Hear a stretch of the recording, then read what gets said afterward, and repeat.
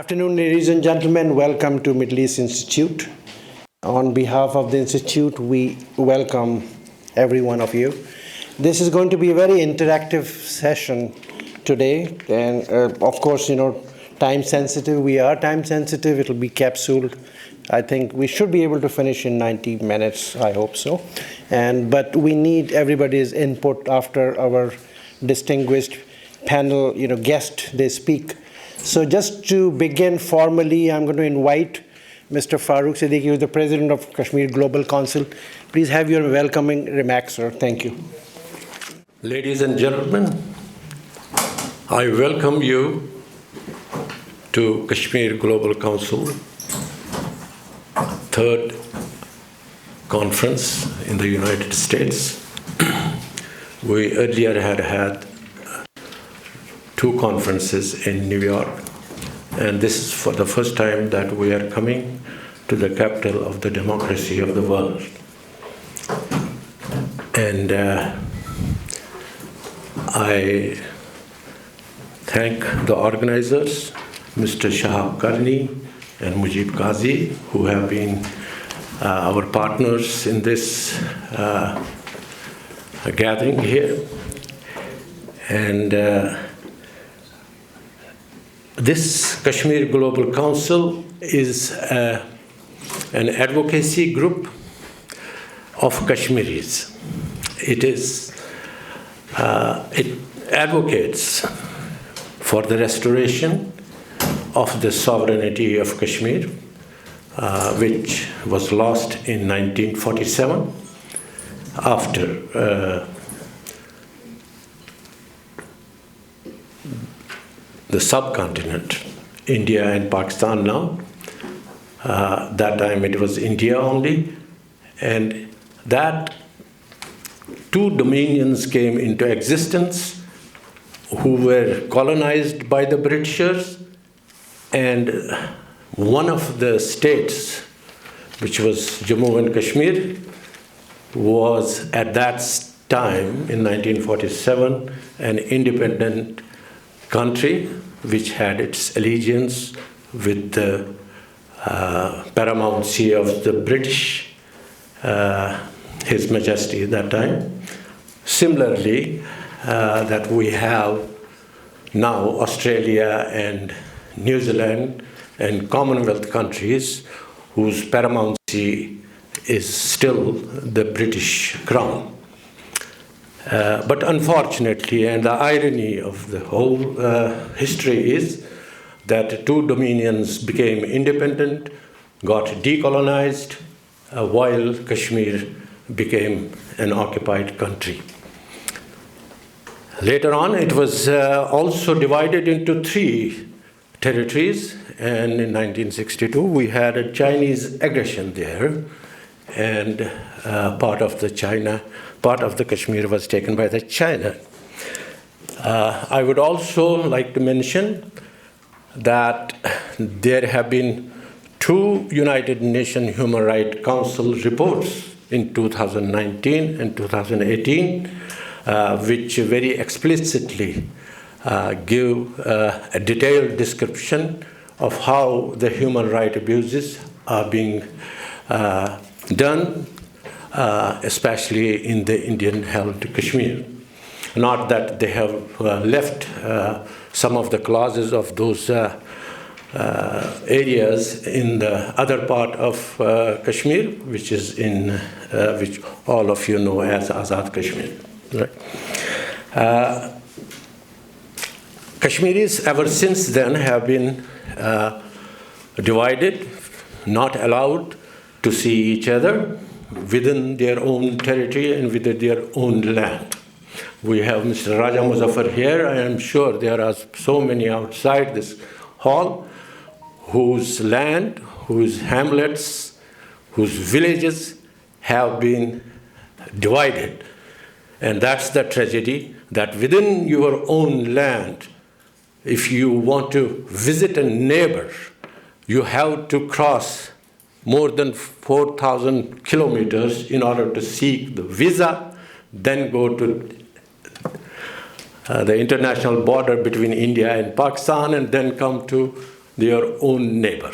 So at 2-kilometer distance is being made into a 10,000-kilometer journey. So that's the part of it.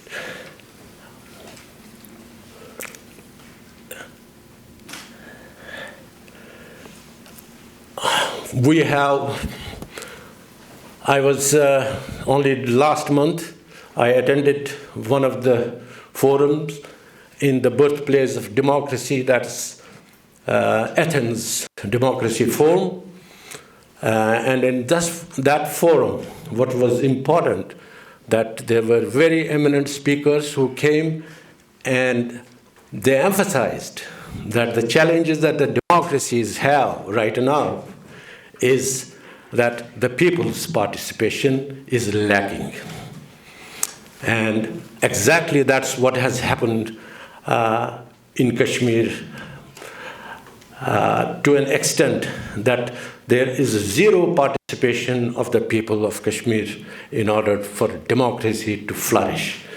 And I would like to recall one of the prime ministers of India who came to Washington about a decade back, and he addressed the joint session of the Congress here, and I would quote that what he said, and that's very interesting for all of you to understand, and how the evolving democracy of India has not come to the expectation of what democracy all is about.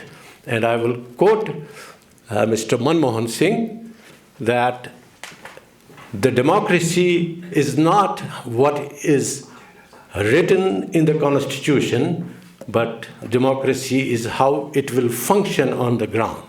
And as I said, there are so many human rights abuses going on. The Indian democracy is not functioning. We have been many times by the United States. We have had earlier some meetings with the State Department of the United States, when in our discussions with them, they have always come up with this reason, that India and Pakistan are saying that Kashmiris are being represented by the elected governments of the respective countries. But my question is that Kashmiris cannot be recommended by the people who control them and by the state that occupies them. Thank you. Thank you. Thank you, Mr. Farooq Siddiqui.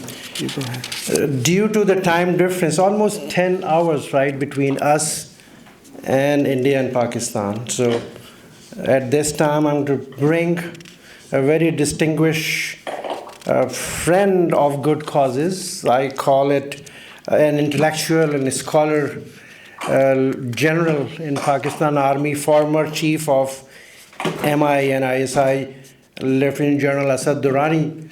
Durrani Sahab, welcome to Washington virtually.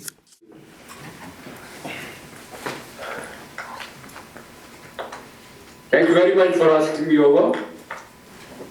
I think on the subject of Kashmir, during the last so many years, so many decades, so much has been talked about. If I have to make any useful contribution, I must talk about the part Pakistan played, especially where we went wrong, where we didn't handle the situation well. And that was most of the time. All the events that I'm going to talk about and enumerate individually can be rationalized or can find, well, one reason or the other. But the whole thing, when it is put together, it will bring very clearly to the fore that despite the fact that we used to say it's our jugular, it's our core issue, Kashmir is the jugular vein, unfinished agenda of the partition, the fact is that we did not evolve. We never actually framed a grand national strategy in which people were involved, and there was a steering mechanism to ensure that this objective that we have set for ourselves in the national purpose, the national aims, that we could follow, that we could adjust as what the requirement, but we still keep at it till the aim is achieved. I'm going to go through a couple of events and then try and give you also a reason that I think it happened like that. We can start with the ceasefire in 1948.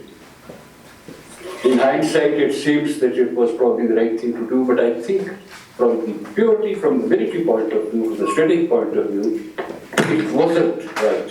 Once you build up a momentum, you keep at it, and not because of some amorphous promise or by the side that you give it up till you can, ensure that your position is so strong that you will achieve that.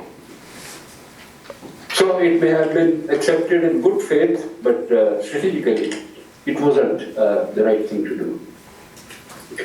The next one is about the case that we presented in the United Nations. I think Sarzaprullah was brilliant, very well presented. But there was no follow-up. After that, we did renew it. We didn't pursue it relentlessly to achieve our aims.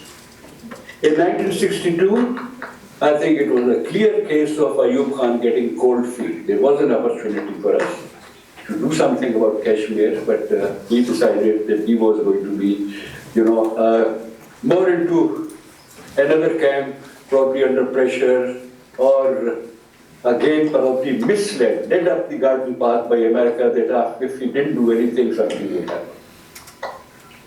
I don't have to even talk about 65 infiltrators because everyone knows that it was badly planned.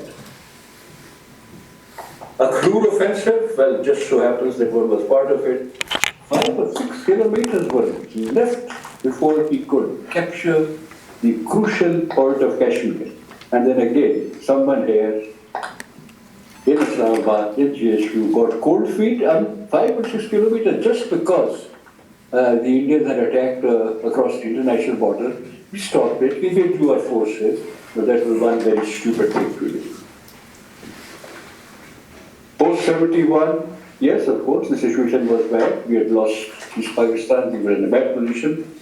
But all those years, no effort was made to create certain assets in Kashmir, which is, whenever the need arose, one could do something about it. Uprising in 1990, we got a little surprised,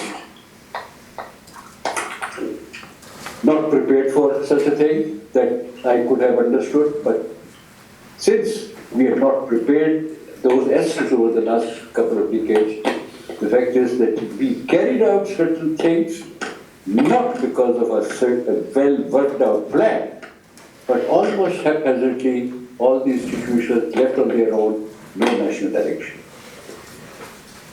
I must talk about here, right now, that the movement was started by JKLF, and there were enough number of reservations there in the corridors of power. Should we let JKLF take the lead because of their pro-independence one? No one at that time, except for a few people, thought that one could use it at that time tactically. The other things will come a little later, but at least the resistance could be unified. About Kargil, let's set the matter. I don't think that one even thought through as to would it help the Kashmir cause or the Pakistani cause at all. Because only a few months before that, the two countries had gone nuclear. So at that time, everyone was worried about, the possible crossing of the threshold, not about Kashmir. I think the most pathetic response that we gave was after 370 was, revoked by the Indian government on the 5th of June, 5th of August 2019. Have you ever, could anyone ever think that we would simply respond by making another map and renaming a road.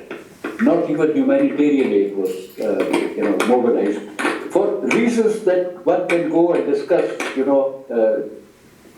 endlessly.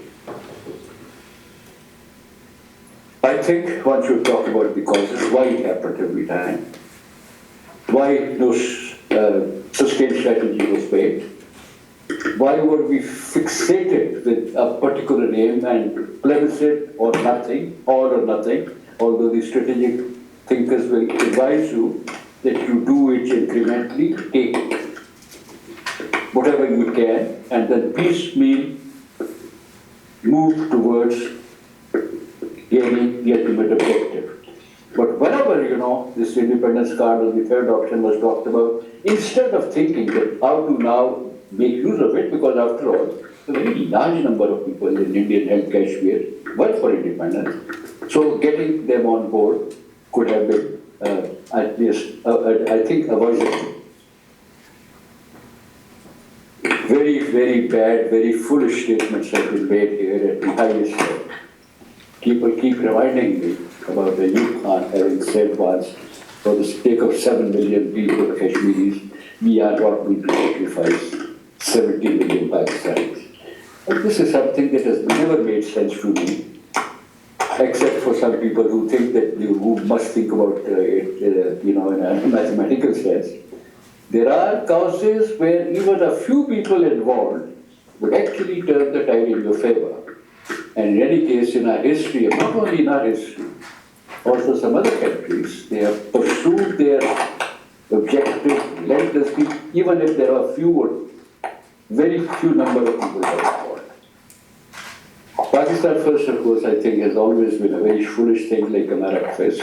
Don't even have to talk about that. But let me say that if the movement is still around, it's still alive, essentially it is because of the struggle that the Kashmiris have. So the credit goes to them. And the second, because of some very foolish handling by the Indians, related with the elections, the muscular policy that they followed, and no one less than Vishwan Sinha, their former foreign minister, has made a statement and said, India has lost Kashmir. Territory we can try and retain, but the hearts and minds of the Kashmiris not. So if that, because of their foolish policies, because of the unwise thing, because of their so-called muscular thing, if they have not won the hearts and minds of the Kashmiris, if it's only their territory they're keeping, then I suppose there is still not only hope, but there is a good chance that because of their struggle and because of the Indian policies, this cause can be pursued further. Thank you very much. Thank you, John Saab. So grateful, and we are deeply honored, sir. God bless you. Thank you. So we have, of course, not virtual but physical, a very dynamic leader, woman leader, Beverly Hill, especially flew this morning from Texas, and she is the founding and president of Gendercide, a big movement for women's rights and deprived women, and she is a very big friend of causes dear to Kashmiris. So Beverly, please welcome, come and join. Thank you. Thank you to the Kashmir Global Council for the honor of speaking today. I especially want to thank President Farouk Siddiqui Saab and the directors that I know, Raja Muzaffar Saab, Mujib Qazi Saab, and Shahab Karni Saab. I also look forward to meeting many other directors that I haven't yet had the pleasure to talk with. Thank you to all of the listeners for caring so deeply about Kashmir and making the effort to come today. In Africa, there is an expression, when elephants fight, it is the grass that suffers. I don't need to explain that metaphor. We know that the rights, dignity, and prosperity of the Kashmiri people have been trampled underfoot by two occupying powers, The oppression and abuse they have meted out have completely delegitimized their already illegitimate presence. It is time to send the elephants home. I stand here to express my solidarity with the people of Kashmir and to endorse their call for independence. It is time to free Kashmir from a binary choice forced on it in haste by a departing colonial overlord. Nearly 75 years have passed since Great Britain left. The question is no longer whether Kashmir should accede to Pakistan or to India, but rather how can Kashmir release itself from all powers to become an independent country.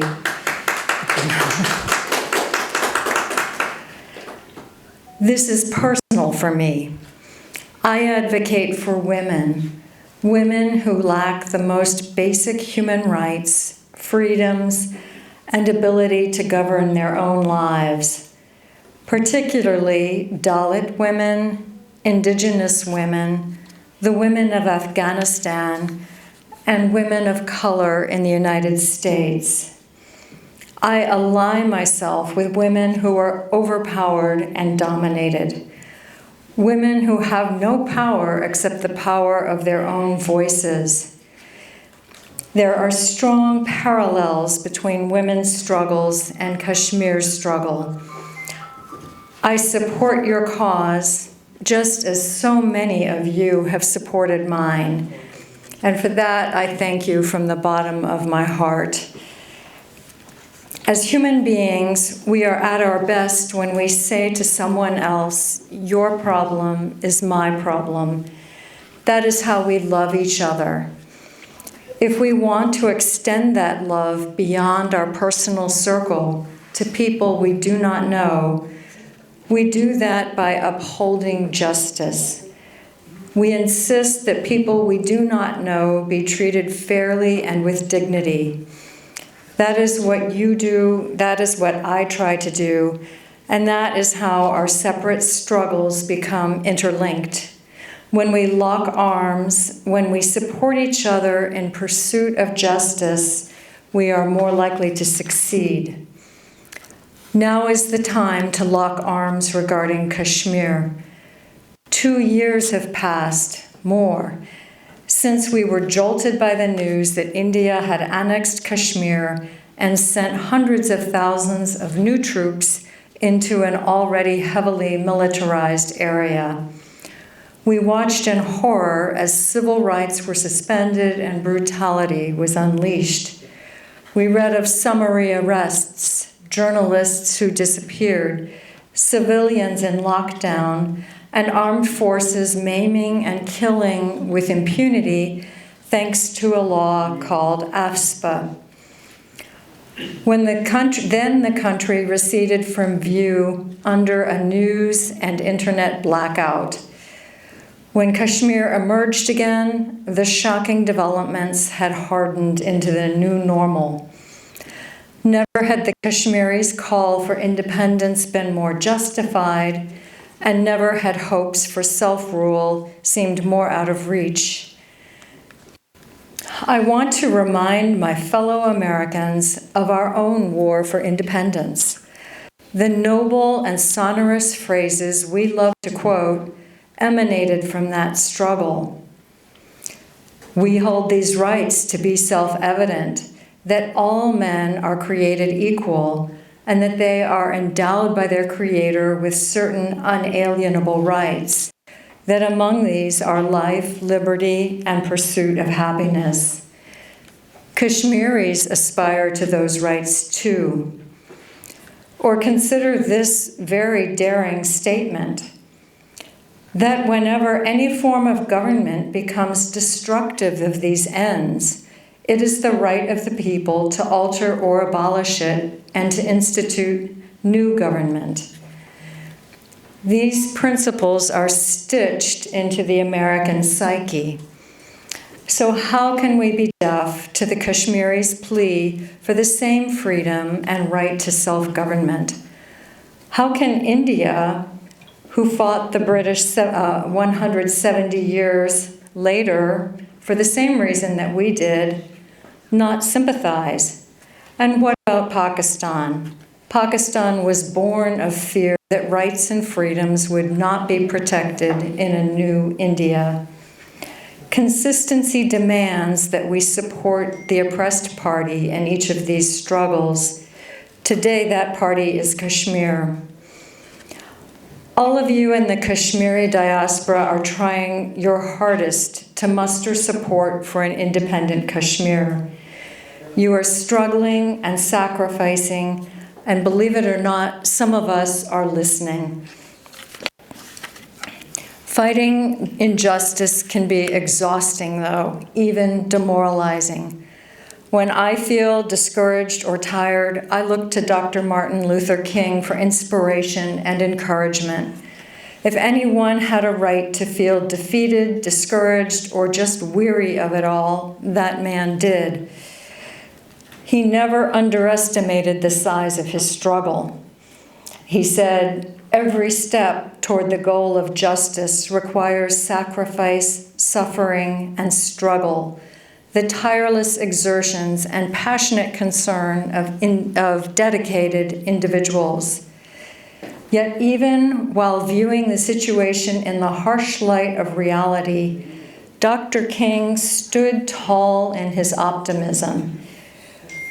We must walk on in the days ahead with an audacious faith in the future, he said. We must accept finite disappointment, but never lose infinite hope. Here you are today with your tireless exertions and passionate concern. If Dr. King were here, he would find beautiful words to blow wind in your sails. You would leave this room with his wind beneath your wings.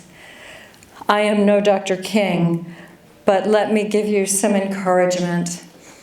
It is only because you all spoke out that I am here today. You spoke, I heard you, and you have inspired me. Because of you, I will continue calling upon my fellow Americans to make our foreign policy consistent with our democratic principles. We will continue urging our members of Congress to create a pathway toward Kashmiri independence. We also will press for freedom of speech and political expression, military accountability, an end to arbitrary arrests and detentions, and reintroduction of human rights observers and journalists. When elephants fight, it is the grass that suffers. Let us send the elephants home. Thank you so much. Beverly Hill, thank you very much. We are deeply honored. So we are joined by Brother Syed Fayaz. He is the founder and the president of Muslim Democratic Caucus in Texas, and he will be representing her. Go ahead. Go ahead, Shaji. I have given you an introduction. I had to mute you so you don't speak in the middle. Just kidding. Go ahead. Okay, thank you very much for asking me to come. I have a brief message from Representative Terry Mesa. She is the representative in Texas State House. And the message, I guess, is for all, which is Martin Luther King Jr., his statement, and that reinforces your conviction also that we shall overcome, because arc of the moral universe is long, but it bends towards justice. Kashmiris are looking for justice just like any other community, any other nation, any other people in this world. They want to breathe same air as free people breathe. They want to live their life and livelihood and pursuit of happiness, which is the moral foundation of our society. Kashmir is not one disputed territory, but it is a nation of people with long history, traditions, and culture. When I say that it's not just a disputed territory, that means that it's an injustice for Kashmiri people. And what I say is Kashmiri people are not on the table where the region is all a disputed territory, and two nations, India and Pakistan, are deciding the fate of Kashmiri people, which is not acceptable. It is not just a territory or region, it's about people. People of Kashmir are fighting for their own place in the international community. And the phrase, "nothing about us without us," is valid here. Say, nothing about us without us. And that is the main theme that JKLF is fighting for, which I fully support. It is about Kashmiri people, and they must decide where they take the nation to. That's my brief statement, and I wish your council good luck, and the journey that is started should finish at destination. Thank you, Syed Fayaz Hassan. We're so grateful to you. Please. Thank you very much. Now I'm going to invite Dr. Humaira Gohar. She flew this afternoon from Chicago, and big activist on Kashmir causes. Dr. Humaira, please come. Thank you. So I'm extremely humbled, first of all, that I was invited to speak here on this podium, where I see a lot of eminent people who have long experience in the area of political dispute and have seen a lot, much more than me. I happen to be just a man on the street, let's say, and the person who has experienced personally extraordinary loss that comes along with what people call as disputed territory.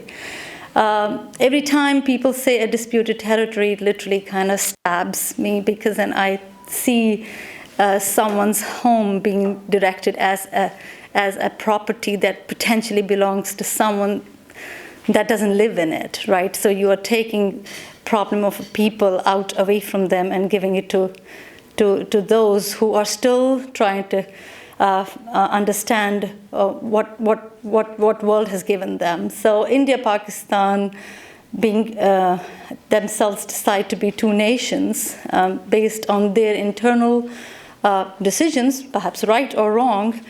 We have no clue. We have nothing to do with that.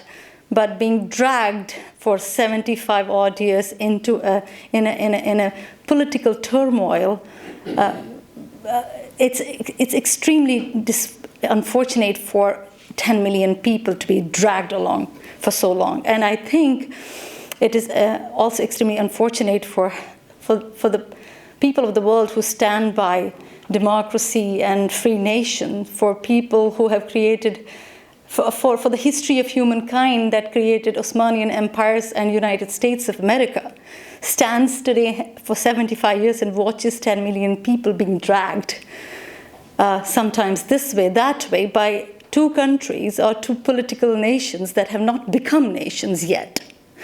So while India, Pakistan tries to become two nations, we lose our sovereign nationality, which is something I cannot fathom. As a child, as a Kashmiri kid raised in the middle of turmoil, seen things go from bad to worst, my personal experiences, after having spent all these years studied in West, we all Kashmiris, like you see, our hearts still belong there. We haven't been able to move from east to west reason because every child who is born in Kashmir has a resemblance to my own children. It is very difficult for any of us to sit here and go by our own lives, not thinking about when will the political solution of Kashmir happen. And given that, in my mind, I don't see this to be something that is going to change something, it's going to in some way harm anything for the world population. It can only bring peace. I just cannot understand why this problem has stayed like that for so many years, and why is not world able to see this as one of the most emergent and oldest problems that needs to be solved.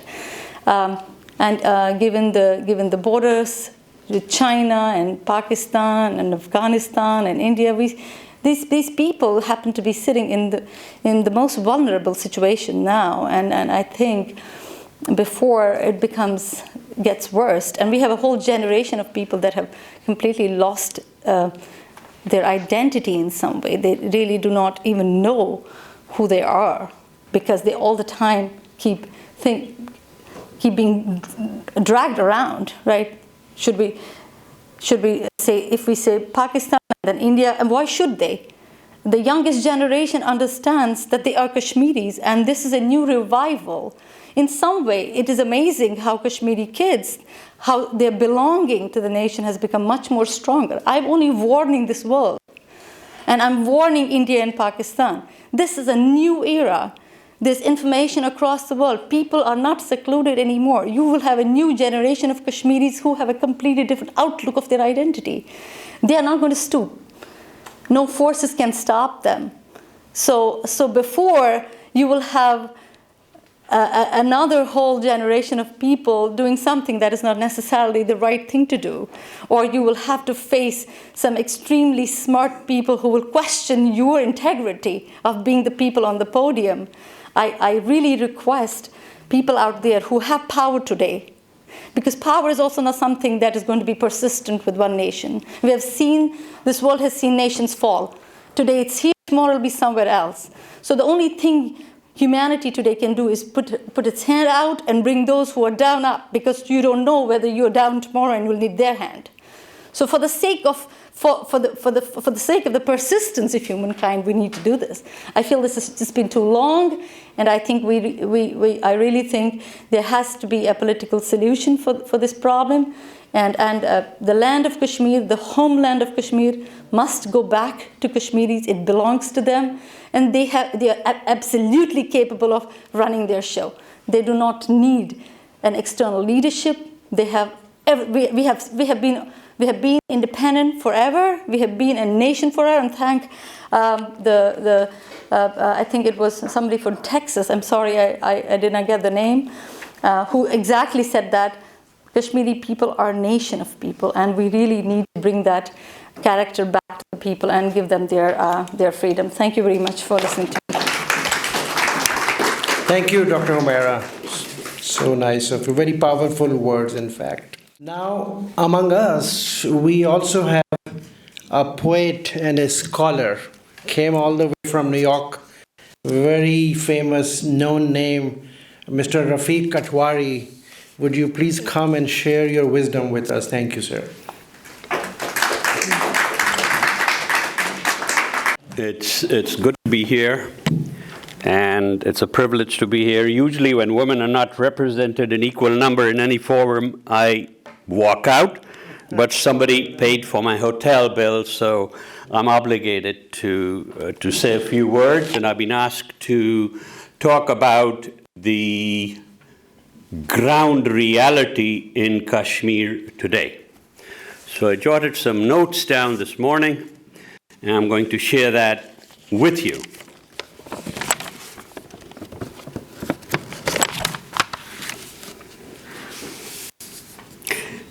If you go to Kashmir today, this is what you will see. As your plane prepares to land at Srinagar, you will be asked to pull down your window shades. You will wonder apprehensively about how unsafe that can be, as all the airlines you have ever flown and all the cities where you have ever landed, you have been asked to pull up your window shades for safety reasons. Srinagar Airport is a military base. It is managed by the Indian Air Force, which does not want you to see whatever lethal installations they have put along the runway. Conversely, Indian Air Force is afraid of you. You will hire a cab. Your driver tells you his name is Mohammed Rizwan. He says it takes 10 years, or rather it took 10 years to complete a flyover, to complete a 6 kilometer, 3-mile flyover. But during those 10 years, traffic patterns worsened, and now the cars on the flyover sit as if they are in a parking lot. Rizwan tells you he applied for a teaching job in a handful of many new neighborhood schools privately financed by prospering families who pay their teachers rupees 5,000, about $68 per month. He tells you he can earn 3 times as much in a single day driving a cab. He tells you proudly that in the Quran, Rizwan is the gatekeeper of heaven. Rizwan says that he also applied for jobs, but his prospects are grim because since 2019, 8 out of vacancies are filled by non-Kashmiris from outside Kashmir who are always trusted functionaries of the Hindutva regime in Delhi. He tells you for the last 2 years, children haven't been to the handful of established schools that were ordered closed, first in 2019, when Delhi demoted Kashmir from a state to a union territory. And then during 2020, the schools remained closed because of the pandemic. Rizwan says that Hindutva is a pandemic. There is a dire drug problem in Srinagar, Rizwan says. The youth are injecting themselves with hard drugs. India is waging an opium war in Kashmir, he says, like the British did in China in the 1800s. You have to remember that Rizwan has 2 master's degrees, as I mentioned earlier. So he knows a little bit. Also, there is a critical domestic abuse situation in Kashmir, Rizwan says. Some of it is due to dowry issues, but mostly because of frustration created by massive military restrictions. He says doctors habitually prescribe long lists of pills which create side effects. The side effects create a pyramid which Rizwan says is medically termed tardive dyskinesia. The doctors prescribe another list of pills to treat the pyramid.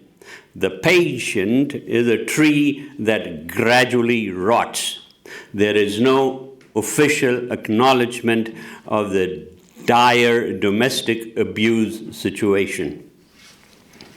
COVID is again on the rise in Kashmir, Rizwan says, adjusting his face mask. We Kashmiris can't help attending weddings and funerals. Let me tell you, he says, Srinagar received 165 ventilators from the Prime Minister's Care Fund. Srinagar didn't ask for them, and they didn't work. There are nearly 1 million Indian jackboots in Kashmir, Rizwan says, making Kashmir the world's most militarized place. And here's what he said. India has no desire or need to talk with anyone in Kashmir. It does not have to resolve anything, only manage. For management, it does not need to engage with the people, it only needs boots on the ground. Our big mosque, the Jama Masjid, has been chained and locked for 2 years now, Rizwan says. The Nazis banned Jews from praying at their synagogue on the Sabbath. The Hindu nationalists are banning Kashmiri Muslims from praying at their main mosque on Fridays. Since 2019, the Israeli model is being implemented in a swift way in Kashmir. If you want to look at the future of Kashmir, just see what Israel is doing in the occupied territories. Yet, the Palestinians have a global solidarity movement. As you reach your destination in Rajbagh, Rizwan bumps his fist with yours and says, "Why isn't the diaspora doing something to make our voices heard? Otherwise, we are doomed." You want to hug him. Khuda Hafiz, you say. Allah Hafiz, he says. Thank you.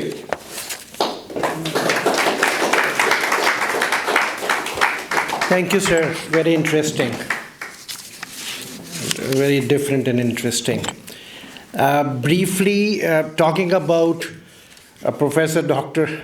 Katwari, talking about woman power and woman presence. We have a definitely strong woman presence here, and they're all distinguished ladies.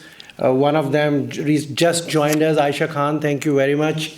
She is the Central Committee member of State of Maryland Democratic Party. Would you like to add some comments, Aisha, or would you like to speak?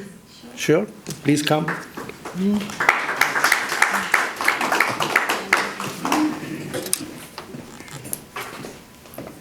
Thank you.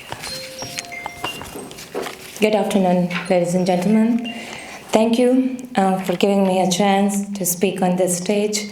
My name is Aisha Khan, and I am here to talk about how much Kashmir is important for the peace of the world and how humanitarian and nuclear crisis in our heads due to Kashmir issue. Respected audience, we all have a responsibility of keeping the peace of the world.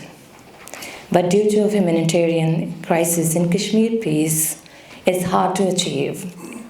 In Kashmir, in the last few decades, 100,000 people have been killed, women have been raped, children have been blinded by the cruel and inhumane use of pellet guns.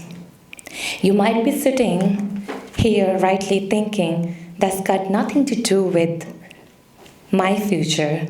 That's got nothing to do with this country I am living in. I am at peace. Why should I care some crisis in another corner of the world? If you are not standing with Kashmir because of some reason, now is the time. Lockdowns are normal every country, but imagine if you are in lockdown for past 30 years, how would you feel? That's what Kashmiris are feeling for past 30 years. I want to stand with Kashmir, with the people of Kashmir, because of we live in the country that's built on the notion of self-respect, individual liberty, tolerance, and most importantly, the democracy. That why is it? Because of over 8 million Kashmiris are in prison in their own homes. They cannot leave their homes to get medical attention, can't go to get an education. When we stay silent, why is that? When the right of self-determination is stripped off. India government has to argue that Kashmir is a purely internal matter, but in the modern world, such a claims sovereignty by the ruling elite cannot justify action that inflict endless suffering of their citizens. For India to pursue their international community of its rightful claim to govern Kashmir, it must demonstrate morally, constitutionally that Kashmiris embrace the governance. Yet, the current shutdown reflects the reverse. The international community must be consistent the arresting of the international community. Bottom line, that protects human rights, whether of religious minority in India or Pakistan. Ladies and gentlemen, Kashmir needs help. It's our responsibility to do our part. Thank you. Thank you, Aisha Khan. So we have a very honored, distinguished, leading leader from our communities. I will say that gentleman is a national icon of the name by now. Everybody knows him. I'm going to introduce him, but he's joining this session in his personal capacity, Mr. Xpotlight Khan. At this time, I would like to invite you, who was recently appointed by President Biden as the Commissioner of International Religious Forum as well. Mr. Xpotlight Khan, thank you, sir.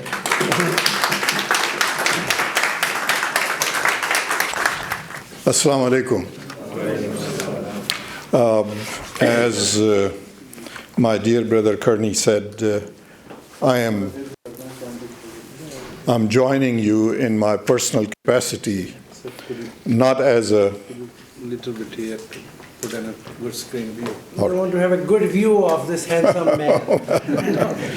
I'm joining you in my personal capacity, so not to burden my host with the reporting requirements of the Commission recently appointed by President Biden to the U.S. Commission on International Religious Freedom.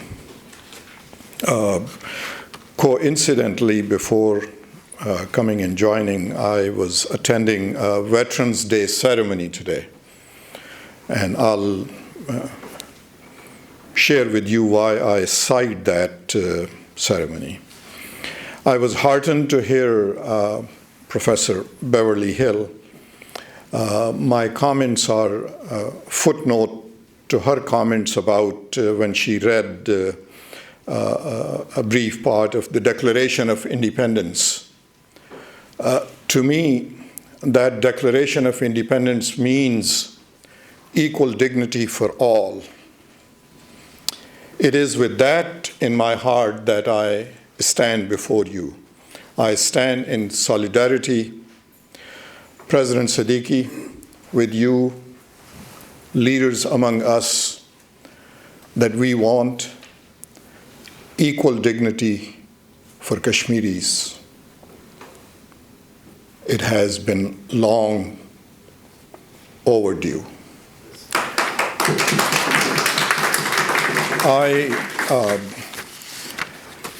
President Siddiqui, you mentioned in your comments about the State Department and its assessment of the situation in Kashmir and the role of India, that it is relevant that how atrocities in Kashmir upon Kashmiris are being evaluated in the United States. Let me share with you briefly, I know we are short of on time. The State Department in the United States recently published a scathing country report on India's, and it states, significant human rights issues, including unlawful and arbitrary killings, including extrajudicial killings perpetrated by police, torture, and cases of cruel, inhumane, or degrading treatment or punishment by some police and prison officials, arbitrary arrest and detention by government authorities, harsh and life-threatening prison conditions, political prisoners or detainees in certain states, including Kashmir, restrictions on freedom of expression and the press, including violence, threats of violence, or unjustified arrests, or persecutions against journalists, use of criminal libel laws to prosecute social media speech, censorship and site blocking, overly restrictive rules on non-governmental organizations, restrictions on political participation, widespread corruption at all levels in the government, lack of investigation and accountability for violence against women, tolerance of violations of religious freedom, crimes involving violence and discrimination targeting members of minority groups, including women, based on religious affiliation or social status, and forced and compulsory child labor, as well as bonded labor. These are the atrocities that are being committed and Kashmiris are subject to. In that backdrop, we state that the world community must stand for equal dignity for Kashmiris. It's long overdue. In my personal capacity, I stand before you. I stand in solidarity with the honorable leaders, with your statement, with your organization. Thank you very much. Thank you, sir. Again, all of us are greatly honored with your presence and time. At this time, what we're going to do is we'll just take a brief 10 minutes of a break so people can stretch and then have some water, or the restrooms are right there for ladies and gents as well. And in 10 minutes, we're going to reconvene for a brief session of Q&A. Thank you very much.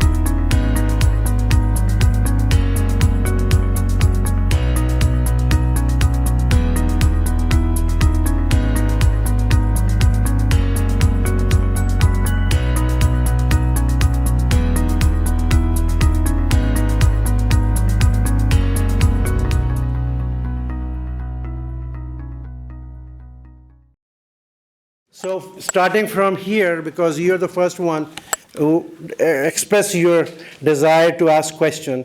So please, Mujib sir. Go ahead. I'll hold it.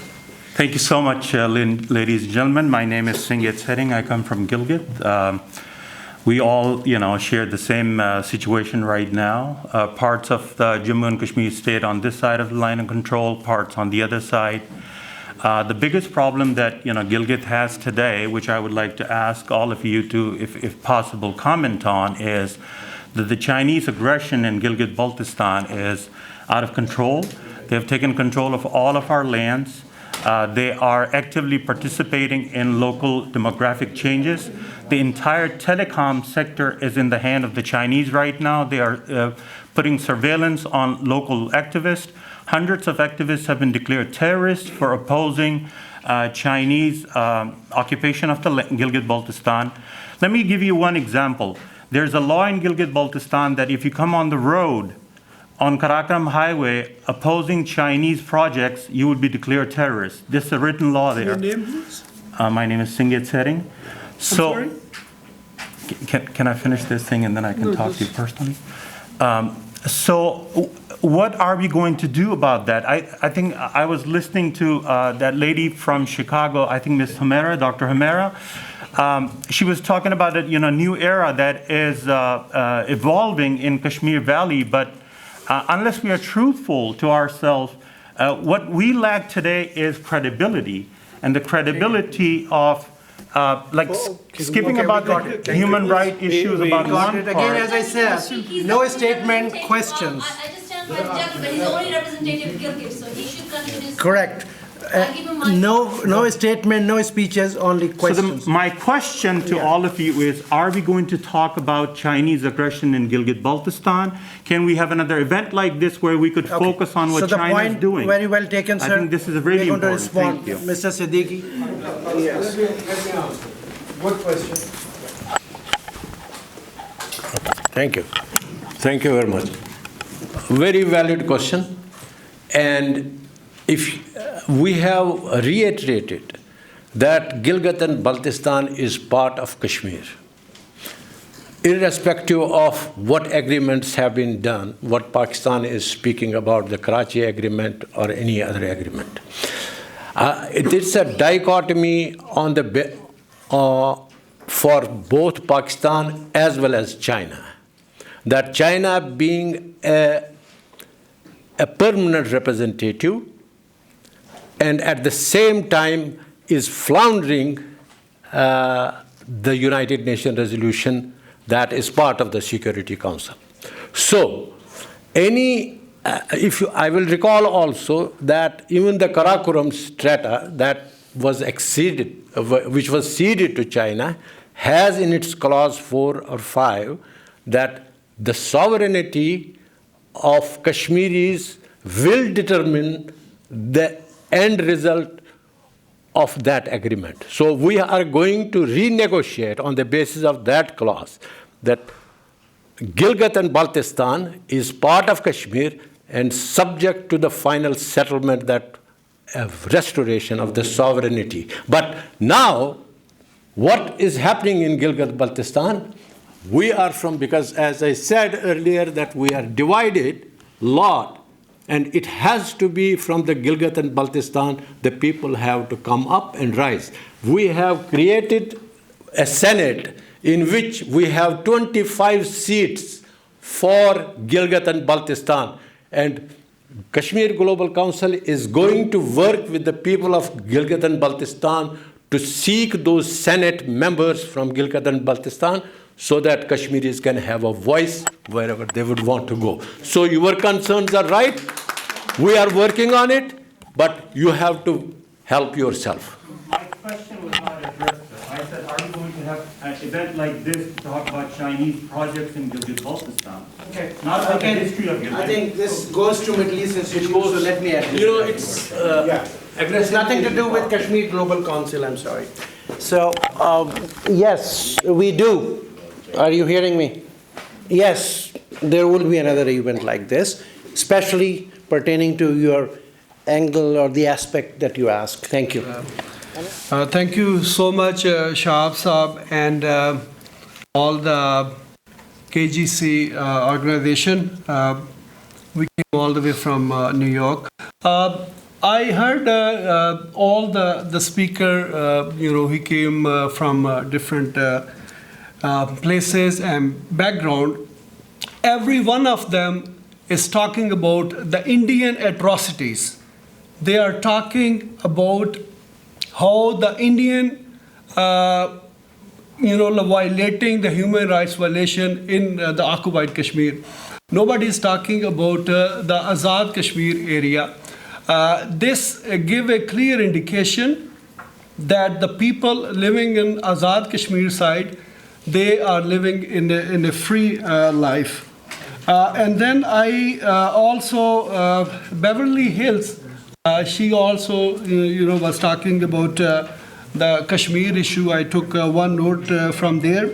The difference between the occupied Kashmir and the Azad Kashmir, which is, like ruled by Pakistan somehow, there is no checkpost, there are no violations or atrocities being carried out within the Azad Kashmir area. And one more thing, it is not Pakistan which took this case to United Nations. This is the India which took to United Nations, and now United Nations have given two options. Either we go with Pakistan or we go with India. Now, once that is done, then the people of Kashmir, I think, they can, decide about the future. Or if Mr.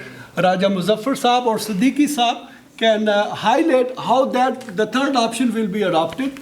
Oh, we have read it, I think. Just briefly, 30 seconds, please go ahead. Respond. Yeah, as I said earlier, there is, we are talking about Azad Kashmir also. There is a United Nations Human Rights Council has given a report in which both Azad Kashmir, both Pakistan controlled, occupied Kashmir or controlled or Azad Kashmir, whatever you call it, is part of that. There are 4 aspects of the human rights abuses which are mostly of the civil liberty nature. But the predominant is in Indian part of it. The second question that you are saying is about that India and Pakistan Kashmiris should decide between India and Pakistan. That is not. That is valid for the British India, which we will go through, that Kashmir was never part of a British India. So the division on the communal basis is by the Britishers for the British India. And for your information, Kashmir was a paramountcy, and paramountcy always had direct contacts with the that time His Highness of Britain. So just let me explain. And so the division or the United Nations resolutions is not our problem. It's a problem for India and Pakistan.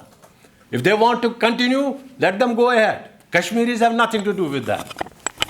Dr. Humera wants to rephrase the question that he asked. Yeah, I did not really understand what you're really coming from. So on one hand, you are saying that Azad Kashmiris have problem too, we have atrocities too, and la la la, why are we not included in, I understood you want to be included in the conversation. I get that. And then on the other hand, you're also somehow, in some language of yours, very convinced that we have to decide between India and Pakistan. If there is an atrocity on the other side, then are you actually trying to say that Azad Kashmiris who are under atrocity actually want to merge with India? Is that what you said? I just heard that. I heard that Azad Kashmiris who actually are under atrocious by Pakistan actually want to join India. That is why we should bring the United Nations resolutions on the top, because that gives only 2 options. So that means Azad Kashmir that has been taken today by Pakistan should be given a possibility of joining India. Is that your suggestion? Well, then why is there question of even atrocities? Now, why is there even question of atrocities? It can be either 1 or 2, right? No, I said everybody is talking about the Indian atrocities. Yes, sir. We need to bring questions. Yes, sir. Look. Thank you, Kazi sir. Number one, we need to understand a fact. That is, Kashmir is for Kashmiris.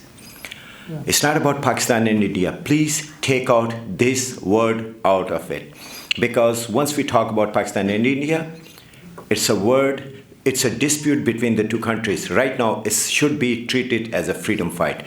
But my question is, instead of arguing, why don't we try to have what they call it, prominent international delegation, people like Dr. Aisha Khan and some other prominent people. Let them go, create a pressure. India will deny them. So can we do something about that instead of arguing about some minor issues? Thank you.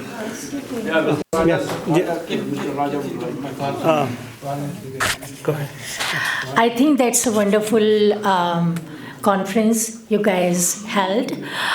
My question is that, just for my knowledge, that is there any women organization especially working for Kashmir causes in Washington DC or any part of America?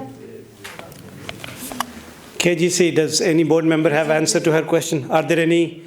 I'm coming to. What I can The question is, are there any women organization working towards the Kashmir cause?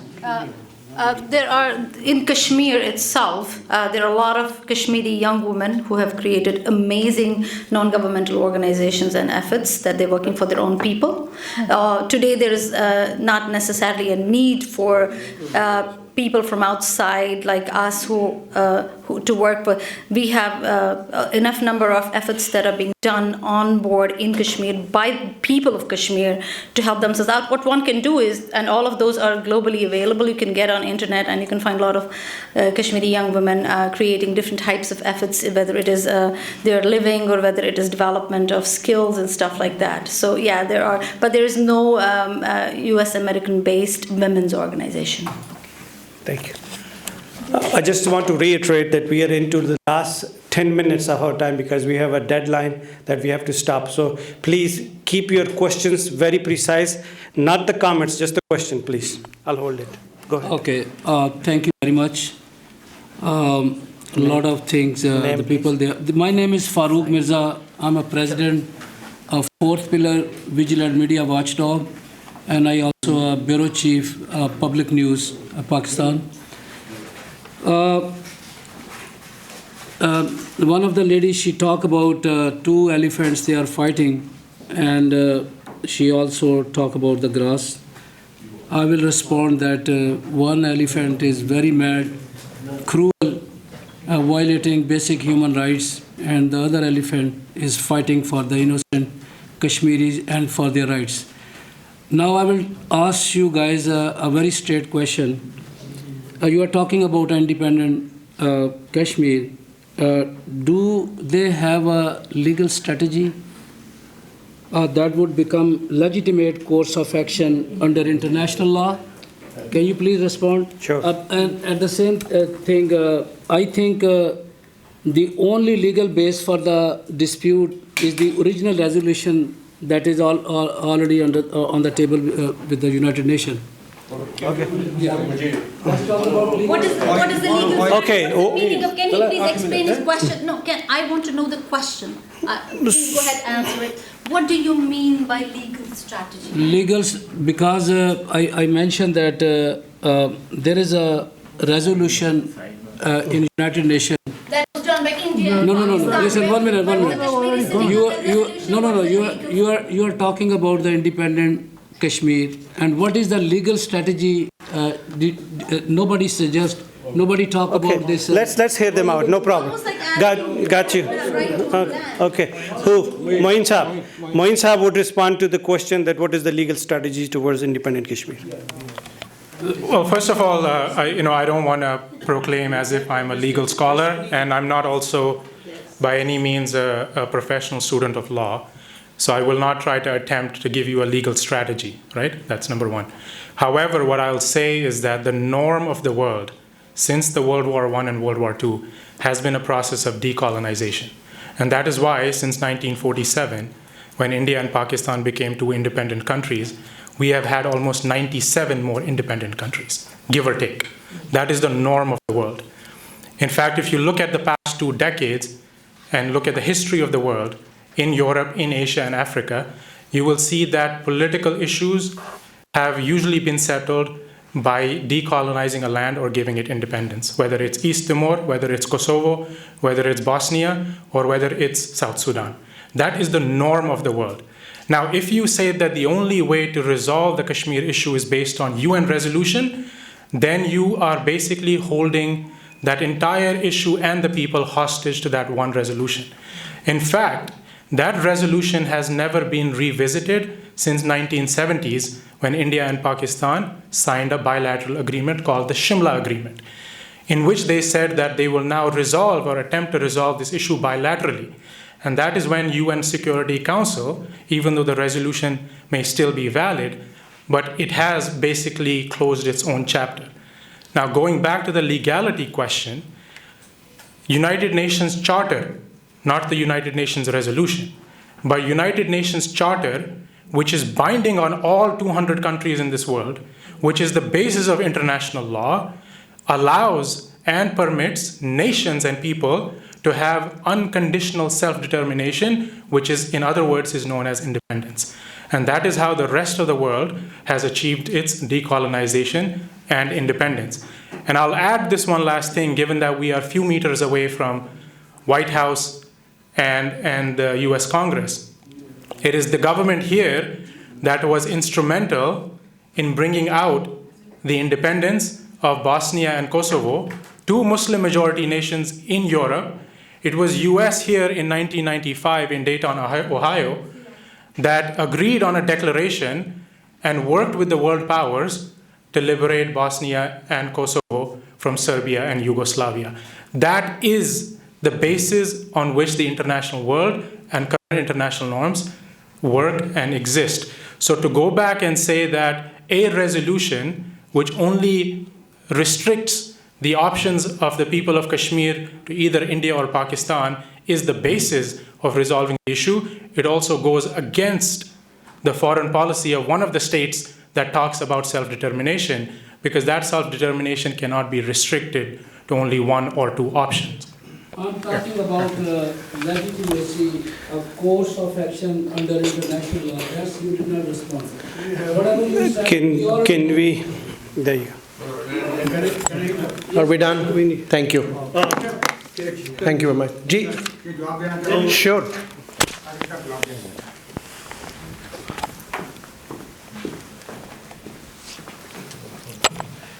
Look, my friend, I will be very honest, blunt, and clear.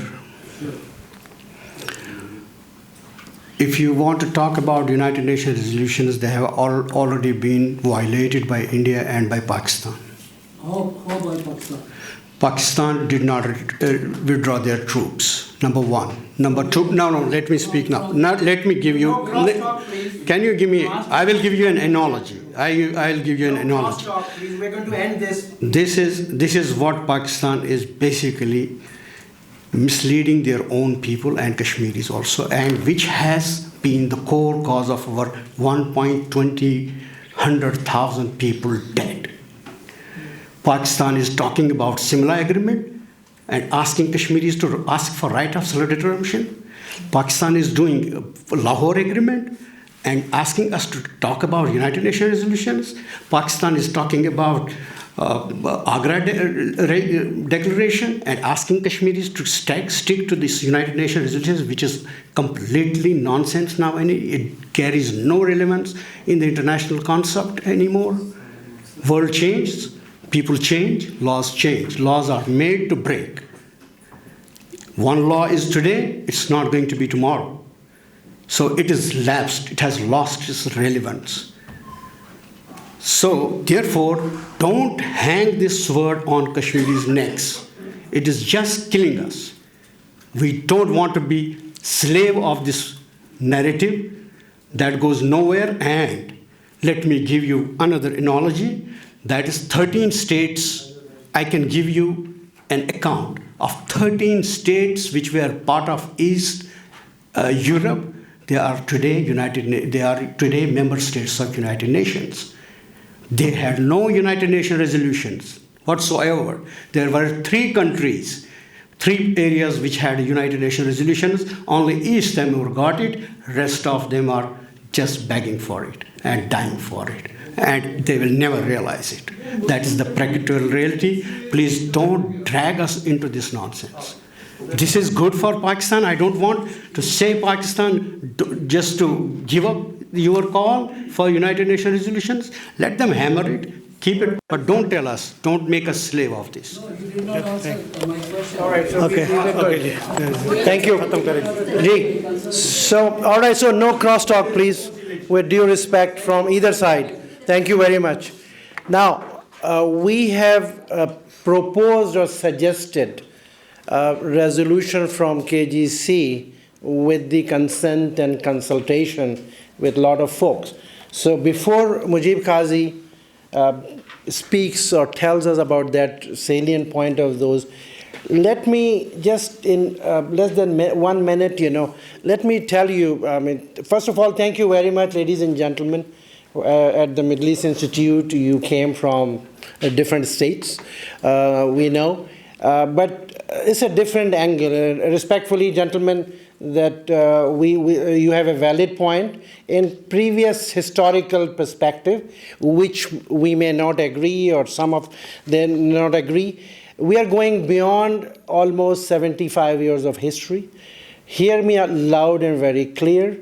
For last 3 years, Saudi Arabia made a collaborative effort with Reliance Group, Ambani Group, to have an oil refinery kind of an initiative in Kashmir, $60 billion initiative.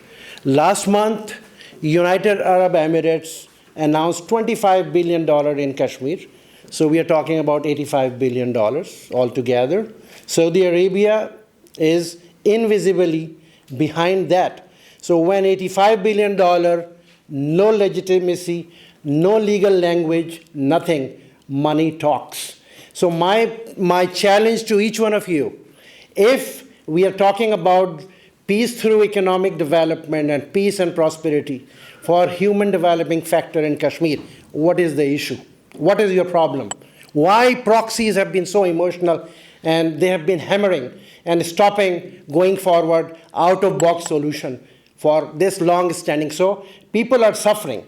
We are staying in a 5-star hotel. Somebody is paying for our lunches and dinners for years. Kashmir delegation in the name of Kashmir. What is going on here?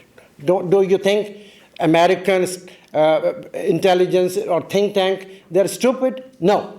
So we need to have a way out from this dilemma. We have to have creative. So this was the whole idea of, with respect, meeting of the minds to go forward, way forward. Or are we going to be stuck in the history and the geography and my paymasters? Paymasters, end of the game. Thank you, sir. Thank you, Kanisab. So this is the resolution that I'm going to read that was prepared by the Kashmir Global Council and the consultation with the different mindset. Herein it's called Washington Resolution. Whereas Kashmir continues to be under occupation since the decolonization of Indian subcontinent. Whereas that Kashmir was an independent sovereign country with British paramountcy and not part of the British India. Thus, the withdrawal of the British paramountcy, Kashmir emerged as independent state, and the communal basis of division of British India was not applied ipso facto to the state of Kashmir. Whereas there are around 1 million military forces of India, about 180,000 of Pakistan, an estimated 40,000 PLA of China situated inside the territory of Jammu and Kashmir. Whereas grave human rights abuses have been reported by 2 consecutive UN reports of 2018 and 2019, which include raping of women, extrajudicial killing, draconian laws like Armed Forces Special Powers Act, arbitrary arrest under Public Safety Act with absence of recourse of law, curbs on civil liberty and discriminatory law. Whereas the people of Kashmir have been forcibly restricted to move within their land and divided for over 7 decades based on a line demarcated by India and Pakistan that cuts through districts and the villages and the hamlets. Whereas the people of Kashmir have been deprived of universally accepted human, civil, political rights, they cannot freely dispose of their natural wealth and resources and deprived of their own means of substance. Whereas the sovereignty claims made by the government of India, Pakistan, China on the territory of Jammu and Kashmir as it existed on 15th August 1947 are not universally accepted and have no international legal basis. Be it resolved that sovereignty of Kashmir must be restored through peaceful means in line with the principles outlined in the UN Charter and international law. The people of Kashmir must be allowed to represent themselves as principal party to negotiate the withdrawal of the military forces of India, Pakistan, and China.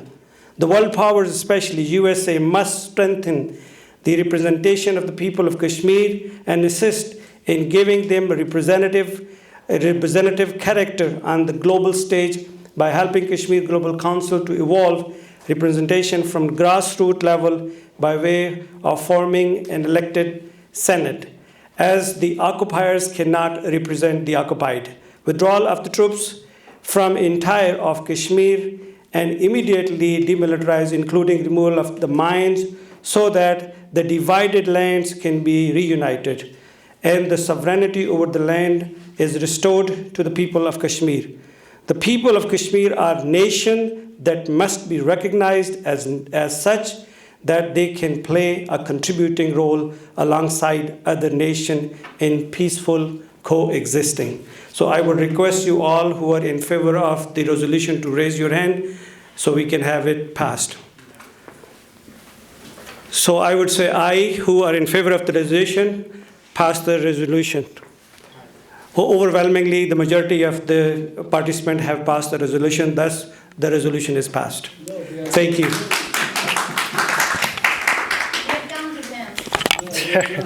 All right, so we have a lunch, or I'll say early dinner or late lunch.